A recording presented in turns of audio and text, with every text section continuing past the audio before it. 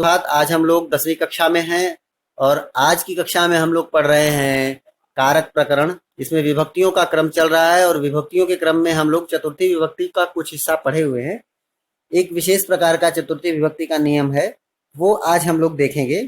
आप लोगों की स्क्रीन पे वो सामने ही दिखाई पड़ रहा है और मैं जैसे बोलूंगा ध्यान रखिएगा कि आप लोग इन शब्दों को सेम सेम नहीं लिखेंगे, क्योंकि वे ये यस वाई बेटा।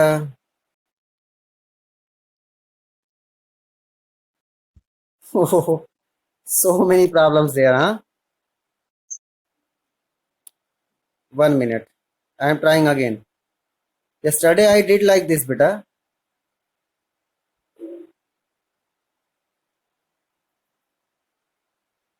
Now sharing.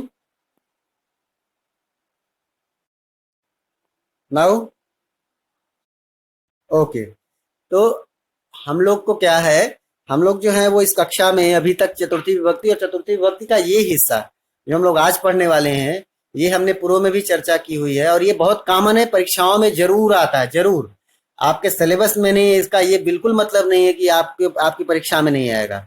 9वीं कक्षा के सिलेबस में है, 10वीं कक्षा के सिलेबस में कारक प्रकरण नहीं है, विभक्तियां नहीं है। लेकिन विभक्तियां नहीं है, इनडायरेक्ट क्वेश्चन इससे जरूर आते हैं आपके। जैसे आपको बोलेगा कि ट्रांसलेट करना होगा किसी सेक्शन को और बोलेगा कि ईश्वर को नमस्कार है, ईश्वर को प्रणाम है, तो आप लोग क्या बोलेंगे? वैसी जगह पे बोलेंगे ना, ईश्वराय नमः, देवाय नमः। आप ये तभी कर पाएंगे जब आपको ये याद होगा कि भाई ईश्वर के साथ हमको चतुर्थी, नमः के योग में चतुर्थी लगानी है, यूज करनी। और ये तभी होगा जब आप लोग इन चीजों को ध्यान से देखेंगे। हम लोग के पास 2 और कक्षाएं होंगी। आज के बाद की कक्षाओं में हम लोग 2 कक्षाएं और करेंगे, जिसमें इस चैप्टर को हम लोग पूरा फिनिश करने वाले हैं, कारक प्रकरण को। कारक प्रकरण समाप्त होते ही हम लोग जो है वो समास की ओर चलेंगे। लेकिन आज की कक्षा फिलहाल हम लोग आगे कंटिन्यू करते हैं। और सभी लोग इसको सेम सेम नहीं लिखिएगा जैसा लिखा है, क्योंकि इसकी वर्डिंग्स आप लोगों को कई बार कंफ्यूज करेगी। तो मैं बोलता हूं, पहला अगला पॉइंट लिख लीजिए, चतुर्थी विभक्ति में ही अगला पॉइंट लिखिए, नमः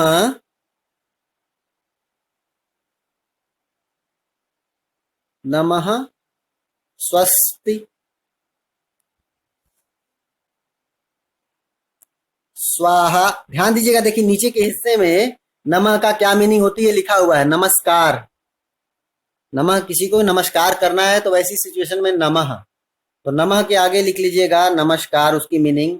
स्वस्ति का भी मतलब लिख लीजिएगा, कल्याण हो, आपका भला हो, आपका बेहतर हो। स्वाहा, स्वाहा मतलब कहीं आहुति देना। जैसे हम लोग जब आपके यहाँ पंतु ला करके आपके यहाँ यज्ञ कराते हैं ना, एक हवन कराते छोटा, तो हवन में वो बोलते हैं ना, प्रजापतये नमः, परा प्रजापतये स्वाहा। फिर क्या बोलते हैं? लंबोदराय स्वाहा, बोलते हैं ऐसा। हम्म। तो ये जो स्वाहा है, स्वाहा का मतलब आहुति देना, ईश्वर के लिए अपनी ओर से कोई चीज समर्पित करना, उसको बोलते हैं आहुति देना। आहुति हमेशा सिर्फ अग्नि में दी जाती है, ध्यान रखना है। जब अग्नि जल रही है वहीं पे हम आहुति दे सकते हैं। तो स्वाहा मतलब आहुति देना। फिर नेक्स्ट लिखिए स्वधा। स्वधा मतलब हविष बोलते हैं। हविष मतलब होता है क्या? हविष को भी आप कुछ हद तक मान सकते हैं, कुछ सेम सेम स्वाहा की तरह ही। हवि का भी आप स्वाहा की तरह ही थोड़ा मान सकते हैं। लिख लीजिए हवि का दान, जैसा लिखा है वैसा ही। और वशट, तो वसट के साथ एक और वर्ड लिखिए। वसट के ठीक पहले लिखिए, रुकिए रुकिए, स्वाहा स्वधा अलम वसट योगाच्य। हमारा जो आप लोगों को सूत्र बताया ना, नमः स्वस्ति स्वाहा स्वधा अलम वसट योगाच्य चतुर्थी, हमने ऐसा बताया है। तो आप अलम को भी लिखिए, और आपका तृतीया में भी अलम था और यहाँ भी अलम हो गया। अब दोनों अलम का मतलब चेंज हो जाएगा, मीनिंग चेंज है। तो आप अलम लिखिए। अलम का मतलब होता है किसी भी चीज को एनफ बोलना, पर्याप्त है। कोई चीज अगर पर्याप्त है तो आप उसके लिए वहां पे आप तृतीया में जो अलम पढ़ा था वो अलम का यूज कब करना है? जब किसी को किसी काम के लिए रोकना है, मना करना है, मना करना है ना, डोंट डू लाइक दिस, उस टाइम पे हम तृतीया अलम लगाएंगे और वो तृतीया के साथ होगा। लेकिन जब हमारे पास कोई चीज एनफ है, कोई चीज पर्याप्त मात्रा है, ठीक है, जैसे हम लोग क्या बोलेंगे, रामः रावणाय अलम, राम जो है वो रावण के लिए क्या है? एनफ है। राम को तो ठीक कर देंगे, रावण को तो राम ही ठीक कर देंगे ना, तो फिर कोई टेंशन वाली बात नहीं है। इसलिए ऐसी सिचुएशन में जो है हम लोग उस अलम का मतलब समझते हैं कि कोई किसी के लिए पर्याप्त है। तो अलम, अलम मतलब पर्याप्त, और फिर वसट, वसट मतलब सेम यही वाला लिख लीजिए, हवि का दान। इन सभी शब्दों के योग में, कॉमा लगा करके सभी लोग लिखिए, इन सभी शब्दों के योग में चतुर्थी विभक्ति का प्रयोग किया जाता है। नमः नमस्कार हो, स्वस्ति कल्याण हो, स्वाहा आहुति देना, स्वधा हवि का दान, अलम पर्याप्त है, और वसट हवि का दान, इन सभी शब्दों के योग में चतुर्थी विभक्ति का प्रयोग होता है। लिख लिया सभी ने? हुआ बेटा आप लोगों का? यस, स्क्रीन क्लियर दिख रही है सभी लोगों को ना? कहीं प्रॉब्लम होगी तो बोलिएगा मुझे। ओके बेटा, बहुत अच्छे। अब चलिए आप लोग, अ, हम लोग अब एग्जाम्पल देखते हैं।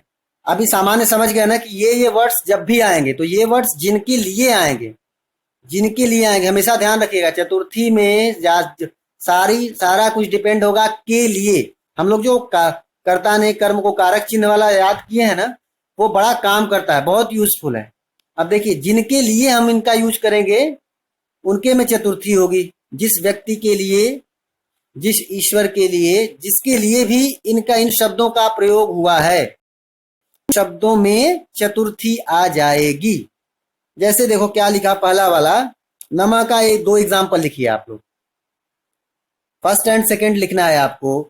ईश्वराय नमः, आप देवाय नमः भी लिख सकते हैं, गणेशाय नमः भी लिख सकते हैं, और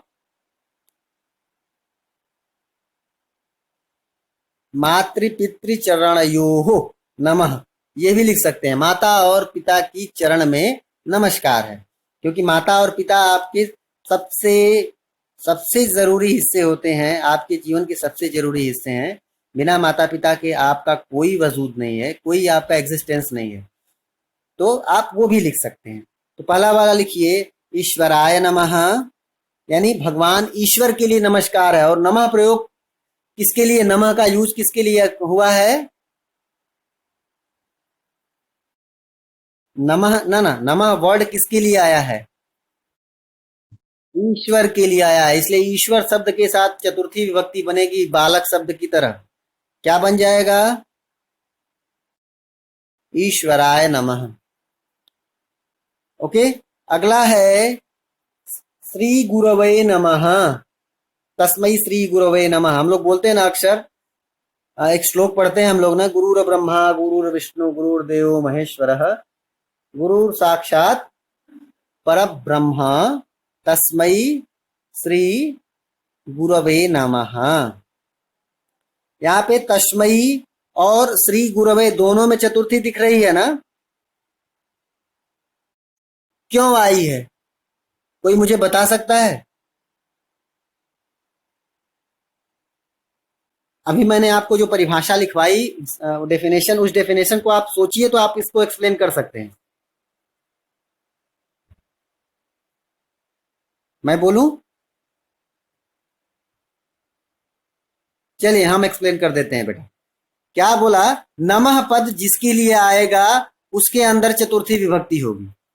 यहाँ पे नमः पद किसके लिए आया है? गुरु के लिए आया है, तो श्री गुरवे बन गया चतुर्थी में। अब श्री गुरवे को आप हटा दीजिए, तस्मई नमः, उनको नमस्कार है। उनको मतलब किसी को बोला जा रहा है कि उनको नमस्कार है, तो उनको भी नमस्कार है, तो वह उस सिचुएशन में भी जो है वो चतुर्थी हो जाएगी ना। अब देखिए कनेक्ट आपको करना है, उस गुरु को नमस्कार है। तो जो तस्मई पद आया है, तस्मई पद मूलतः गुरु पद के लिए आया है। तो नमस्कार का जो मीनिंग है वो गुरु से कनेक्ट है, और गुरु जो कनेक्ट है वो तस्मई से कनेक्ट है, इसलिए दोनों जगहों पे चतुर्थी विभक्ति हो जाएगी। ध्यान रखिएगा, कहीं भी जो भी नियम काम करते हैं वो हमेशा विशेषण के साथ काम करते हैं। अगर कोई विशेषण पद किसी शब्द से जुड़ा हुआ है तो जो उस शब्द की विभक्ति होगी वही हमेशा उस विशेषण की विभक्ति होगी। जैसे हम लोग बोले तस्मिन कूपा, तस्मिन कूपे बोलते हैं, अक्सर बोलते हैं ना तस्मिन कूपे, उसी कुएं में। तो भाई तस्मिन तो उस कूप शब्द के लिए आया ना, तो कूप शब्द यानी कुआं, वेल, कुएं के अंदर हम लोगों को सप्तमी विभक्ति लानी थी, फिर तस्मिन बोलने की क्या जरूरत थी। लेकिन तस्मिन शब्द जो है वो वस्तुतः कुएं के लिए आया हुआ है, इसलिए दोनों शब्दों में हम लोगों को सप्तमी विभक्ति का प्रयोग करना पड़ा। जैसे हम लोग बोलते हैं ना कृष्णस्य बालकस्य, काले रंग के बच्चे का, ओके, हम लोग बोलते हैं ना। या फिर क्या बोलते हैं कि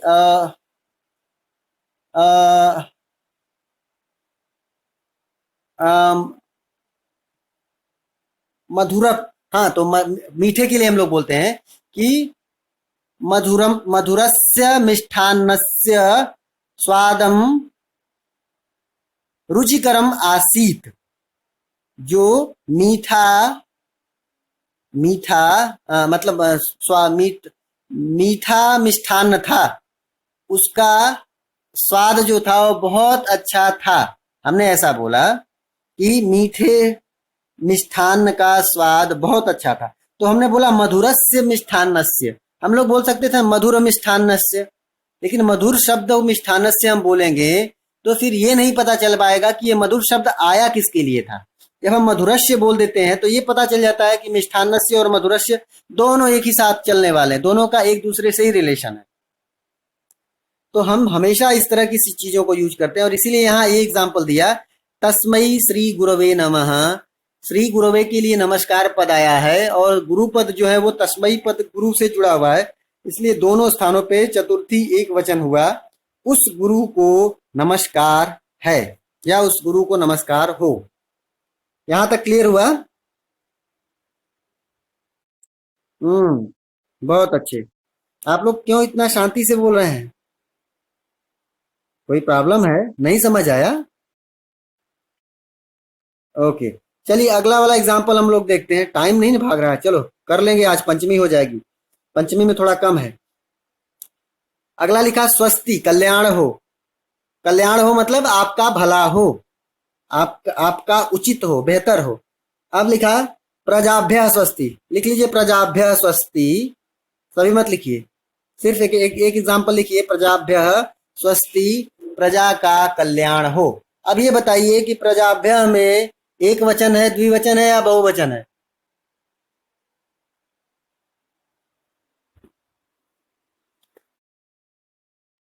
लेकिन बहुवचन क्यों हो गया जी? प्रजा शब्द तो एक ही शब्द दिख रहा है, बहुवचन तो नहीं होना चाहिए यहाँ। प्रजा तो एक ही होती है ना। बहुत बढ़िया। प्रजा का मतलब होता है ढेर सारे लोग, प्रजा कभी भी एक अकेली नहीं होती है, इसलिए यहाँ पे बहुवचन का प्रयोग किया गया। बहुत बढ़िया, तो इसलिए चतुर्थी बहुवचन का प्रयोग हुआ है। स्वाहा में आ जाइए, सूर्याय स्वाहा, सूर्याय स्वाहा। अगला एग्जाम्पल लिखना है आपको स्वधा का, पितृभ्य स्वधा। अभी पितृपक्ष चल रहा है, आप लोगों को पता है ना? पितृपक्ष हमारे यहाँ तेलंगाना में भी पितृपक्ष को लोग जो है वो मनाते हैं क्या, उसका ध्यान रखते हैं? जिनके माता पिता जीवित नहीं होते हैं, क्या वो लोग पितृपक्ष में कुछ काम करते हैं? टुडे, आज क्या है, आज पितृ विसर्जन है ना, आज लास्ट डेट है, पितृपक्ष का आज लास्ट डेट है। तो आज भी कुछ लोग करते हैं, अलग अलग लोग अलग अलग तरीके से करते हैं। मीन्स आपके यहाँ हमारे यहाँ जो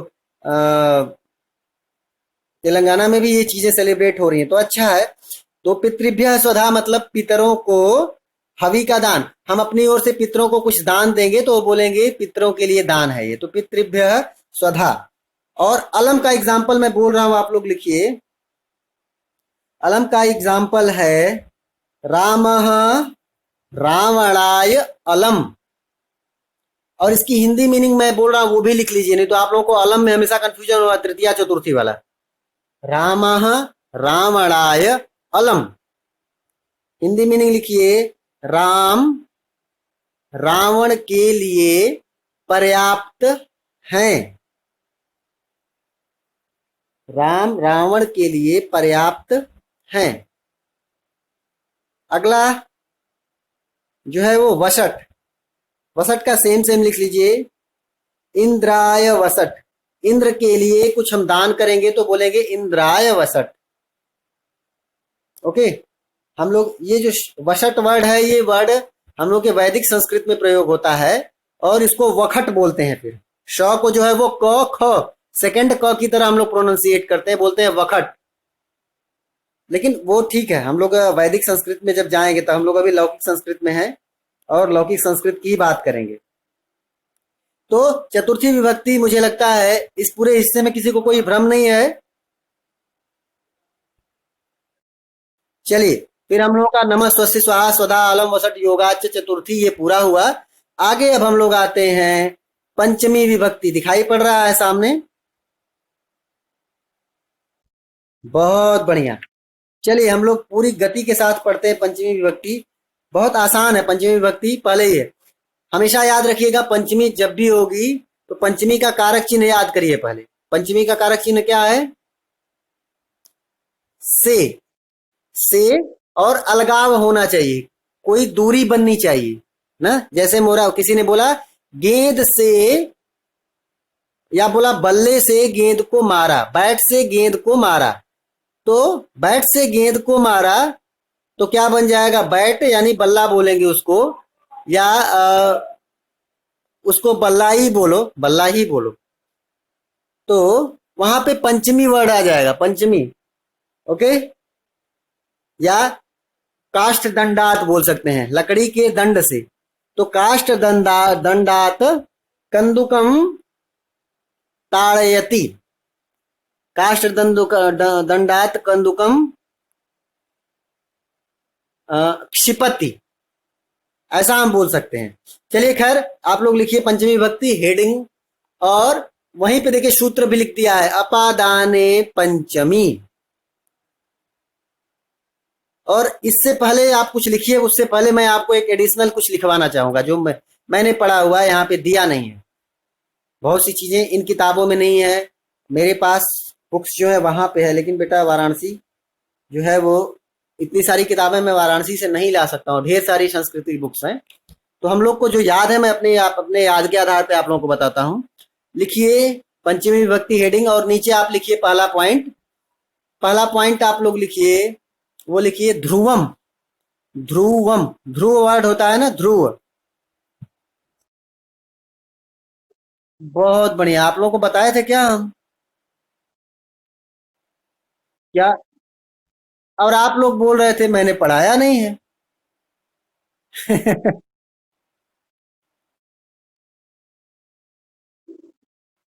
प्रथमा द्वितीय तृतीया कम पढ़ाया। ओ, कोई बात नहीं, चलिए हम लोग का अभी पूरा हो रहा है, जितना कमी थी वो सब पूरी कर लेंगे हम लोग। ध्रुवम अपाए अपादानम, अलग अलग लिखिए, सूत्र तो एक ही है, हर जगह प्रश्लेष आता है। ध्रुवम अपाए अपादानम, ये प्रश्लेष दो बार आते हैं, लेकिन आप लोग अलग लिखिए, ध्रुवम अपाये अपादानम। पहले अपादान कारक क्या होता है ये हम बता रहे हैं इस सूत्र के माध्यम से।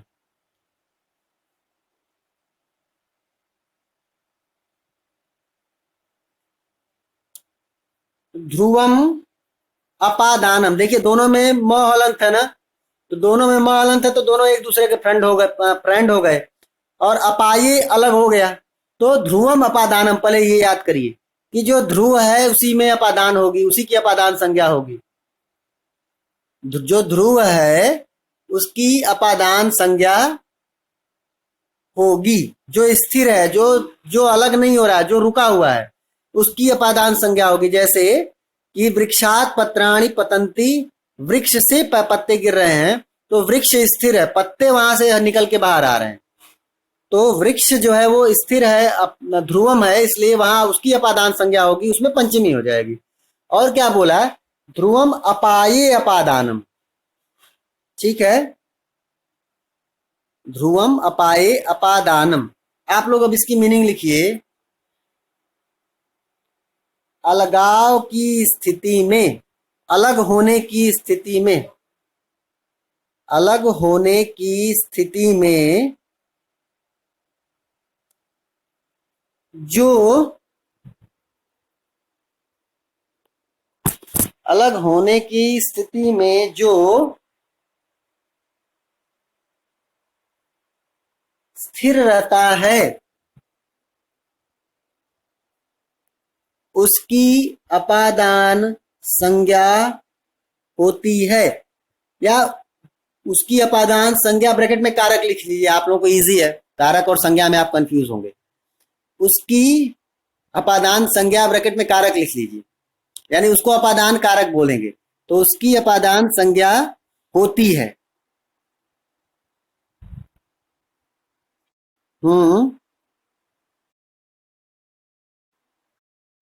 जो स्थिर होते हैं उसकी, अलग होने की स्थिति में जो स्थिर होता है उसकी अपादान संज्ञा, ब्रैकेट में आप कारक लिख लीजिए, क्योंकि हम लोग कारक प्रकरण पढ़ रहे हैं ना, तो आपको डाउट होगा कि संज्ञा या वर्ड आ गया कहीं, ये नाउन तो नहीं है ना। तो उसकी अपादान संज्ञा ब्रैकेट में कारक होती है। अब यहाँ पे एक और सूत्र लिख लीजिए, आप लोगों के लिए इजी हो जाएगा। अपादाने पंचमी, देखिए वो बॉक्स के अंदर लिखा भी है, वो टॉप पे बॉक्स के अंदर लिखा है, ये सूत्र एक फार्मूला, इसको भी लिखिए। अपादाने पंचमी, दिखाई पड़ रहा है?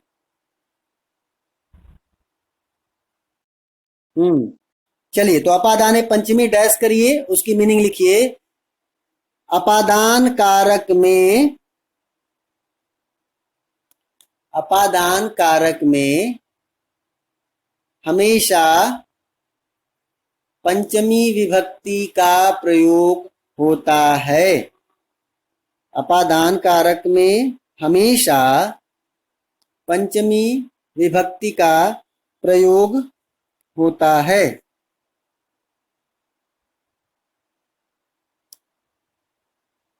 यहां तक तो आप लोग कंफर्म हुआ ना कि पंचमी अब कब आएगा? आप अब एक एग्जांपल मैंने अभी जो बोला उसी को आप लिखिए। वृक्षात, वृक्षात पत्राणि पतंती,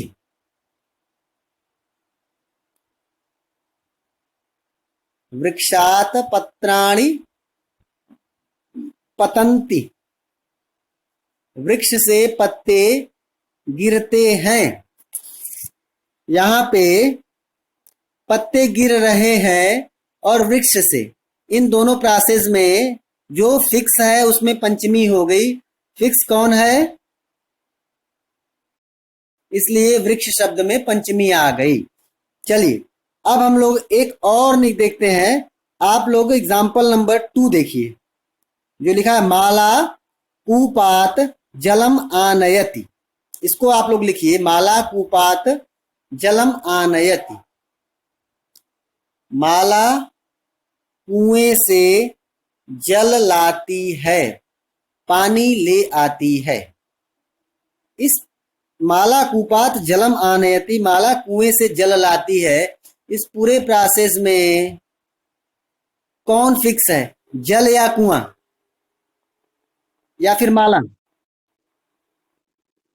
कौन फिक्स है बेटा? कुआं। जो वेल है ना वो वेल फिक्स है, माला भी फिक्स नहीं है और वाटर भी फिक्स नहीं है, उसकी बकेट भी जिसमें से वो पानी निकालती है, जो बाल्टी है वो भी फिक्स नहीं है, कुछ भी फिक्स नहीं है। फिक्स सिर्फ कुआं है। कुआं अपने पोजीशन को छोड़ के हट नहीं रहा है, कुआं जहां था वहीं है, एक बाल्टी पानी उसने उसमें से निकाल लिया। तो जो माला कूपात जलम, आप सोचिए कि आप, हम लोग तो सोच रहे थे कि ग्रेविटेशनल रूल जहां फॉलो करेगा वहीं पे पंचमी होगी, ग्रेविटेशन की वजह से पत्ते नीचे आ रहे थे, लेकिन यहाँ तो ग्रेविटेशन के अगेंस्ट हो रहा है ना, पानी तो बाहर निकल रहा है, ग्रेविटेशन के हिसाब से तो पानी नीचे जाना चाहिए। तो ग्रेविटेशन फार्मूला नहीं है, फार्मूला ये है कि जो फिक्स होगा उसमें पंचमी होगी। कुआं को संस्कृत में बोलते हैं कूप, कूप शब्द का भी रूप बालक की तरह चलेगा, बन जाएगा कूपात। तो माला कूपात जलम आनयति, माला कुएं से जल लाती है। अब लिखिए अगला वाला भी लिख लीजिए आप लोग। अब ये बहुत लंबा, इसका भी एक बहुत बड़ा फार्मूला है, आप लोग के लिए फार्मूला बोलना इजी नहीं है, तो ये आप लोग सीधे ऐसे ही लिखिए। अगला पॉइंट लिखिए, भय जैसे लिखा है सेम सेम लिखिए। भय का, भय अर्थ वाली धातुओं के प्रयोग में, जैसा लिखा है सेम सेम लिखिए। भय अर्थ वाली यानी जिसमें जिस धातु से हमको भय का पता चलता हो।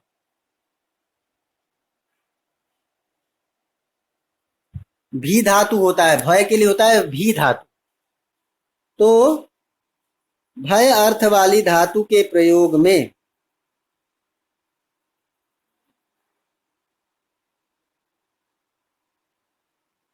जिससे भय हो, ध्यान रखिएगा, जिसको भय नहीं, भय तो आपको होगा ना, लेकिन जिससे भय होगा, किसी घोष्ट से आपको डर लगता है तो घोष्ट में पंचमी हो जाएगी। तो जिससे भय हो उसमें पंचमी है। अब ध्यान दीजिएगा, मैं आपको इसके फर्स्ट वाले एग्जांपल, फर्स्ट वाले फार्मूले के साथ देखिए, मैं इसको कोरिलेट करता हूं। आपको जब किसी से डर लगेगा तो आप उससे दूर जाएंगे ना, उससे अलग होना चाहेंगे, और जब भी आप अलग होना चाहेंगे तो जो फिक्स होगा उसमें पंचमी हो जाएगी। आप तो अलग होके भाग गए, जिससे आप डर रहे थे वो थोड़ी भागा, वो तो जहां था वहीं पड़ा हुआ है। इसलिए यहां पे भी वही वाला फार्मूला काम कर गया। कौन सा? ध्रुवम अपाए अपादानम। समझ रहे हैं आप लोग कैसे कोरिलेट किया हमने? यहां पे भी सेम, अभी इसमें जितने दिखेंगे सारी जगहों पे वही फार्मूला फिट होगा। पंचमी में एक ही सबसे अच्छा नियम है कि आप ये समझ लीजिए कि एक को फिक्स कर दीजिए, एक को भगा दीजिए, जो फिक्स हो जाए उसमें पंचमी लगा दीजिए, यही आपका फार्मूला है। ये तो हम लोग की पोएम बन गई जी, एक को फिक्स करिए, एक को भगा दीजिए, जो फिक्स हो उसमें पंचमी लगा दीजिए। बड़ी अच्छी पोएम बन गई। हाँ।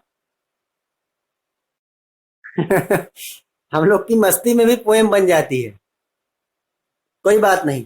तो यहाँ पे और एक आप इसमें लिख लीजिए, आपको इजी है सेकंड वाला, सेकंड वाला आपके लिए इजी है।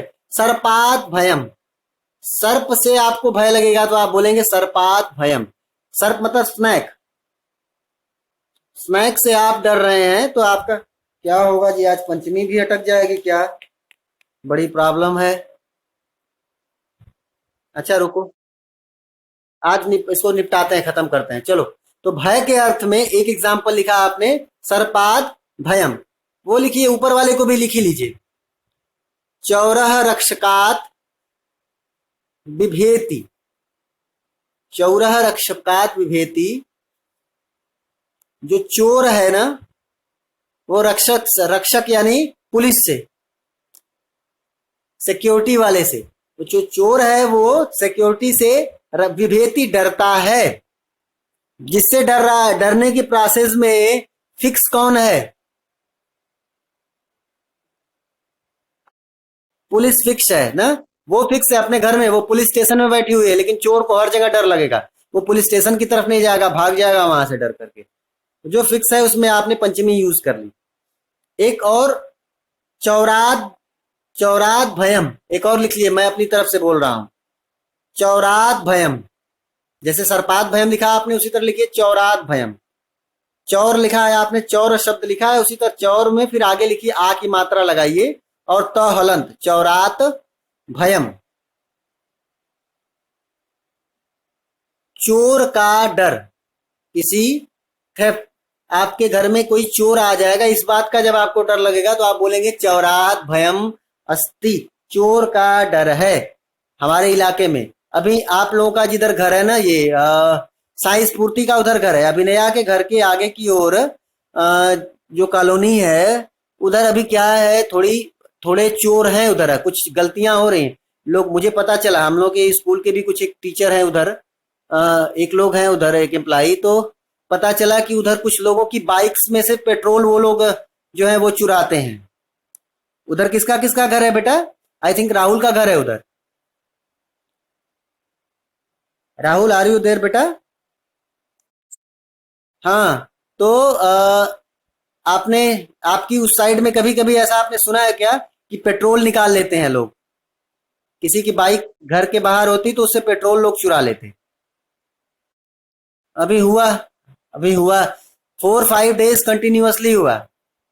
हम लोग के एक एम्प्लाई, हम लोग के स्कूल के एक एम्प्लाई है, उनकी बाइक से 2-3 दिन हुआ, प्लस उसी उसी बिल्डिंग के 2-3 और लोगों की बाइक्स थी रोड पे, उसमें से भी कुछ लोगों ने चुराया। तो अब ऐसी सिचुएशन में हमने सिर्फ एक सिचुएशन आपके सामने दी, चौरात भयम, चोर का डर जब लगेगा तो वो एम्प्लॉय हमसे बोलेंगे सर देयर इज चौरात भयम, वहां चोर का डर है, हम वहां नहीं रहेंगे। ओके ना? तो चोर जो है, चोर जो है वो फिक्स है कि भाई वो चुराने वाला है, वो मानेगा नहीं। तो डर किसको लग रहा है? मुझे लग रहा है, तो मैं भागूंगा चोर से, दूर हट जाऊंगा। वैसी सिचुएशन में अपादाने पंचमी और ध्रुवम अपाय अपादानम का फार्मूला फिट हो गया। अगला आप लोग लिखिए। हाँ, ये भी ठीक है, लेकिन इसको आप मत लिखिए। थर्ड वन आप लोगों के लिए कठिन है, यूज बहुत ज्यादा नहीं है। मैं सामान्य मीनिंग बता देता हूं, लिखना नहीं है। जब भी आप किसी चीज को बचाते हैं, जैसे पहला एग्जांपल दिया है कि वीर बालक की शेर से रक्षा करता है। वीर मतलब कोई ब्रेव पर्सन, कोई ब्रेव पर्सन शेर से रक्षा करता है। तो शेर से रक्षा करता है मतलब शेर के पास से उसको चुरा के लेके भागेगा तब तो शेर तो अपनी जगह रहेगा लेकिन वो कहीं दूर भाग जाएगा। तो वैसी सिचुएशन में जब आप रक्षा कर रहे हैं तो क्या हो गया, वहां पे भी वही ध्रुवम अपाय अपादानम। हमेशा ध्यान रखिएगा, सिचुएशन को आपको फील करना है। पंचमी विभक्ति सिर्फ और सिर्फ फीलिंग बेस्ड है। आपको हमेशा याद रखना है ध्रुवम अपाय अपादानम अपादाने पंचमी। आप इस सिचुएशन को फील करिए, कोरिलेट करिए और आपके सारे फार्मूले फिट हो जाएंगे। तो इसको छोड़िए, ये आसान नहीं है, यूज भी नहीं है। एक, हाँ, नेक्स्ट वाला लिख लीजिए।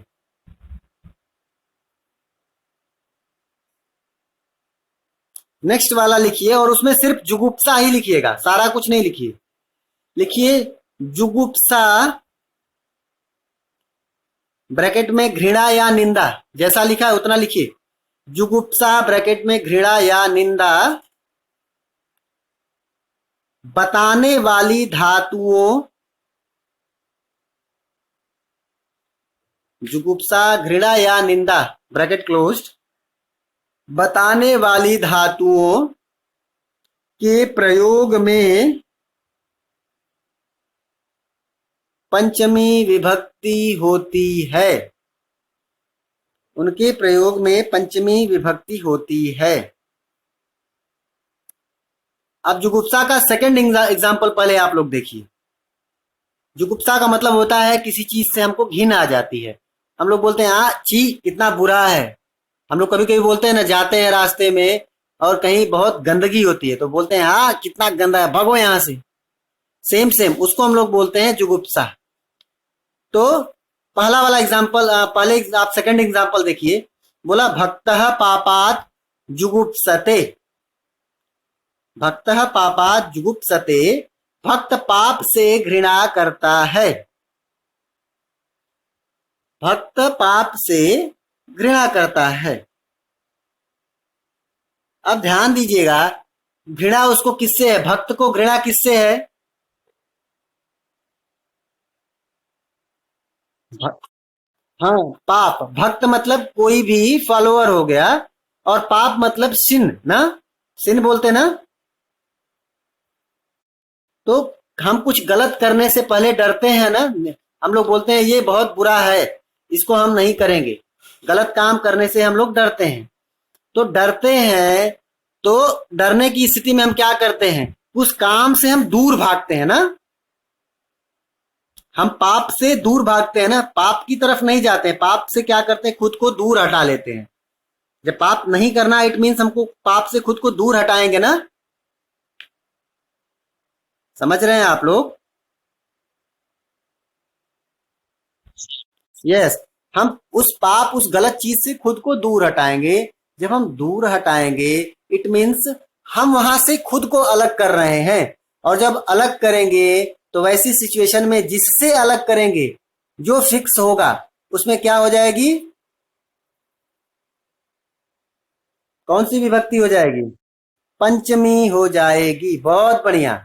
इट मीन्स कि जो पाप है वो फिक्स था, हम खुद को दूर हटा लिए, इसलिए पाप में पंचमी हो गई। भक्त पाप से घृणा करता है। भक्त पाप के नजदीक नहीं जाना चाहता है, उसे बहुत बुरा मानता है कि हम पाप के नजदीक नहीं जाएंगे। तो ये हम लोगों का एक हो गया। बाकी इसमें और कोई नहीं करने की जरूरत है। न प्रमदितव्यम वर्ड आता है, लेकिन नहीं, वो सब छोड़ो। प्रमदितव्यम के लिए उस सबको पढ़ोगे तुम लोग परेशान हो जाओ, आप लोग परेशान हो जाएंगे बेटा, तो उसको छोड़ दीजिए। अब ये देखिए, हम लोगों के सामने एक और आ गया, नंबर 10 जो दिख रहा है। अगले पॉइंट नंबर, ये नंबरिंग आप लोग अपने हिसाब से करिए या पॉइंट ऐसे बनाइए। इसमें आप लिखिए, जो प्रभृति, ये प्रभृति वर्ड हम लोग के साथ अक्सर होता है ना, अक्सर हम लोग के होता है प्रभृति वर्ड। तो प्रभृति का आप लोग लिखिए बहि, प्रभृति और अंतरम, अरे अनंतरम, बहि प्रभृति अनंतरम। अभी लिखिए नहीं, मैं बोलूंगा तब लिखिएगा।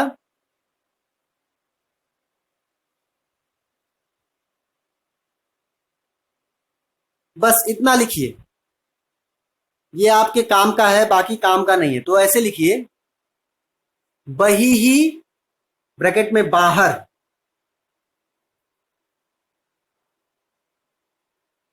बही ही ब्रैकेट में बाहर, ब्रैकेट क्लोज, प्रभृति से लेकर,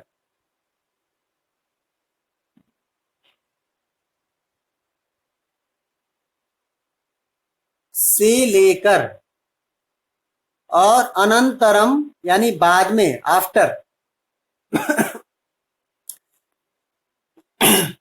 बही ही प्रभृति अनंतरम, कॉमा लगाइए और लिखिए इन शब्दों के योग में, इन शब्दों के योग में। तो योग की जगह आप लिख लीजिए इन शब्दों के आने पर, इन शब्दों के आने पर पंचमी विभक्ति का प्रयोग किया जाता है। इन शब्दों के आने पर पंचमी विभक्ति का प्रयोग किया जाता है।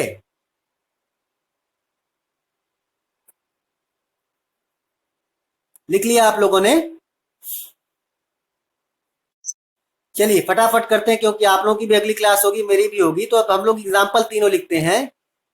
पहला वाला लिखिए, बही का एग्जाम्पल लिखिए, गृहात। सेकंड वन पहले लिखिए, गृहात बही कोलाहलः वर्तते।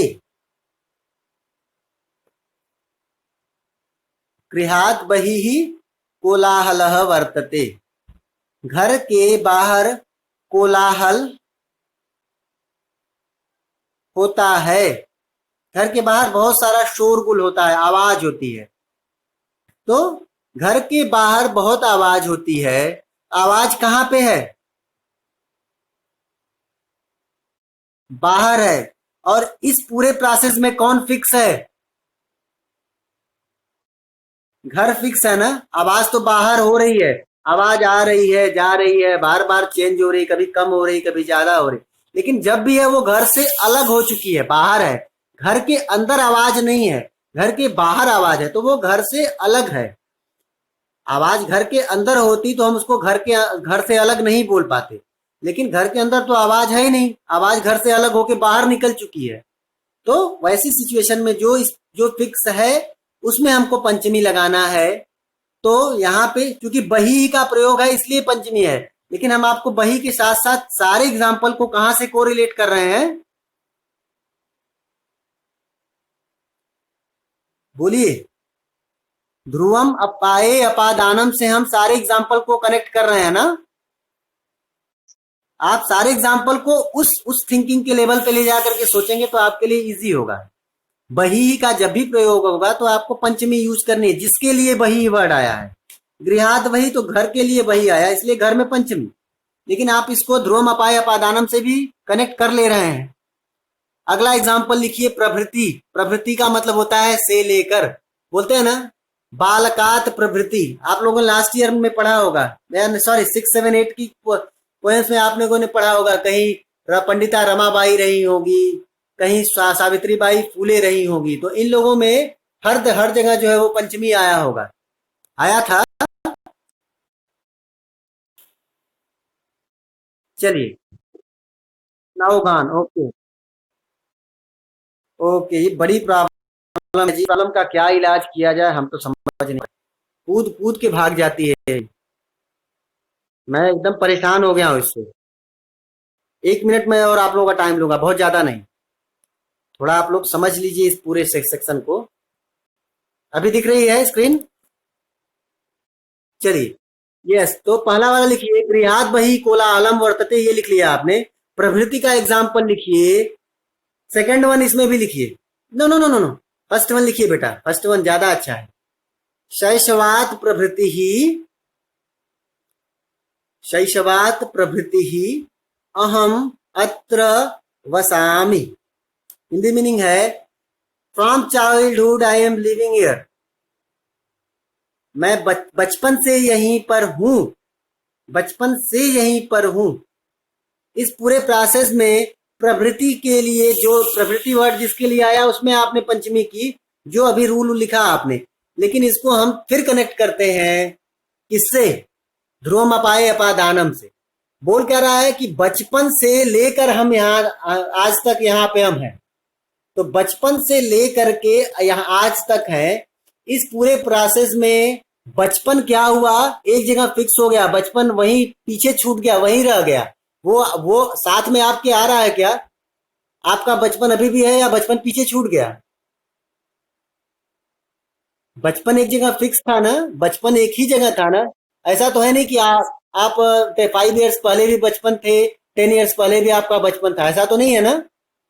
बचपन एक जगह फिक्स था, वो टाइमिंग बीत गई, आपका बचपन चला गया। तो आपने बचपन से आगे बढ़ गए और आपका बचपन तो अपनी जगह पे ही रह गया, वो हटा नहीं ना। आप आगे निकल के आ गए, आप बचपन से थोड़े बड़े हो गए, लेकिन बचपन अपनी जगह रह गया। तो इस पूरे प्रोसेस में बचपन जो है वो बचपन अपनी जगह रह गया, इसलिए शैशव शब्द है और शैशव शब्द के लिए पंचमी आ गई, बन क्या गया? शैशवात। शैशवात बन गया, पंचमी आ गई, बहुत अच्छे। यस, बोलिए, कोई डाउट है? चलिए, लास्ट एग्जांपल हम लोग करते हैं, अनंतरम। अनंतरम मतलब होता है आफ्टर दैट, बाद के लिए होता है। इसमें सेकंड वन एग्जांपल लिखिए बेटा, क्योंकि आप पढ़ाई लिखाई कर रहे हैं तो पढ़ाई वाली बात करते हैं। पठनात् अनंतरम सह क्रीडति। तो इसकी जगह हम लोग आप नाम चेंज करते हैं, पठनात् अनंतरम अजयः क्रीडति। अजय, अजय नहीं है अजय। नाम नहीं लेंगे तो नाम चेंज कर दूंगा मैं। आर यू देयर बेटा? Are you in class now बेटा? Not there. चलो अरविंद का नाम चेंज करते हैं, फिर जो होगा उसी का नाम लिखेंगे हम लोग। अरविंद, आप हैं? यस। अब लिखिए, पठनात् अनंतरम अरविंद क्रीडति। पठनात् अनंतरम, पढ़ने के बाद अरविंद खेलता है। पढ़ने के बाद अरविंद खेलता है। जब वो पढ़ाई पूरी कर लेता है तब खेलता है। तो आप पढ़ाई पूरी कर लेते हैं तो पढ़ाई को भी साथ में लेके घूमते हैं या वो एक जगह रख देते हैं उसको अपने टेबल के ऊपर?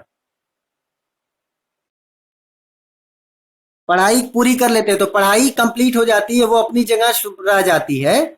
और उसके बाद आप क्या करते हैं, आप निकल जाते हैं उस पढ़ाई से, खुद को दूर कर लेते हैं और कहाँ चले जाते हैं आप? खेलने चले जाते हैं। तो इस पूरे प्रोसेस में फिक्स कौन रह गया? पढ़ाई फिक्स रह गई, आपकी स्टडी फिक्स रह गई ना। तो स्टडी जो है वो पठन है, पठन शब्द है। और पठन शब्द के लिए हम लोगों ने पठनात् बनाया, पढ़ाई करने के बाद। अब अनंतरम वर्ड आया, इसकी वजह से भी पंचमी हुई। और आपने ध्रुवम अपाय अपादानम से भी इसको कोरिलेट करके चेक किया ना। तो है ना इजी। अब आप ध्यान रखिएगा, पंचमी कहीं भी होगी ना, पहले बहुत दिमाग लगाइएगा। अगर ये फार्मूला फिट हो गया ध्रुवम अपाय अपादानम, इट मीन्स वहां पंचमी लगा दीजिए आंख बंद करके। जो फिक्स हो उसमें आप पंचमी लगा दीजिए। ये सारे रूल्स अगर आप भूल भी जाते हैं, ये रूल्स हम लोग भी अक्सर भूलते हैं, बहुत समय हो जाता है पढ़ाई किए हुए, तो कोई कोई फार्मूला दिमाग से स्लिप होता है। लेकिन आप लोगों को एक ट्रिक जो मैंने बताई वो कभी स्लिप नहीं होगी। कौन सी? ध्रुवम अपाए और अपादाने। यस, हो गया आपका पंचमी विभक्ति कंप्लीट। तो हम लोगों का आज पंचमी विभक्ति कंप्लीट हुआ। थोड़ा समय हमने आपका ज्यादा लिया, लेकिन इसको कंप्लीट करना जरूरी था। और अगली कक्षा में हम लोग, अब कल हम लोग की, चलिए मैं इस क्लास को ओवर करता हूँ, सभी लोग कनेक्ट रहिए 1 मिनट। तो आज की हम लोग की कक्षा यहीं पूरी करते हैं। बहुत अच्छा लगा आप सभी लोगों से बात करके, बहुत बहुत धन्यवाद।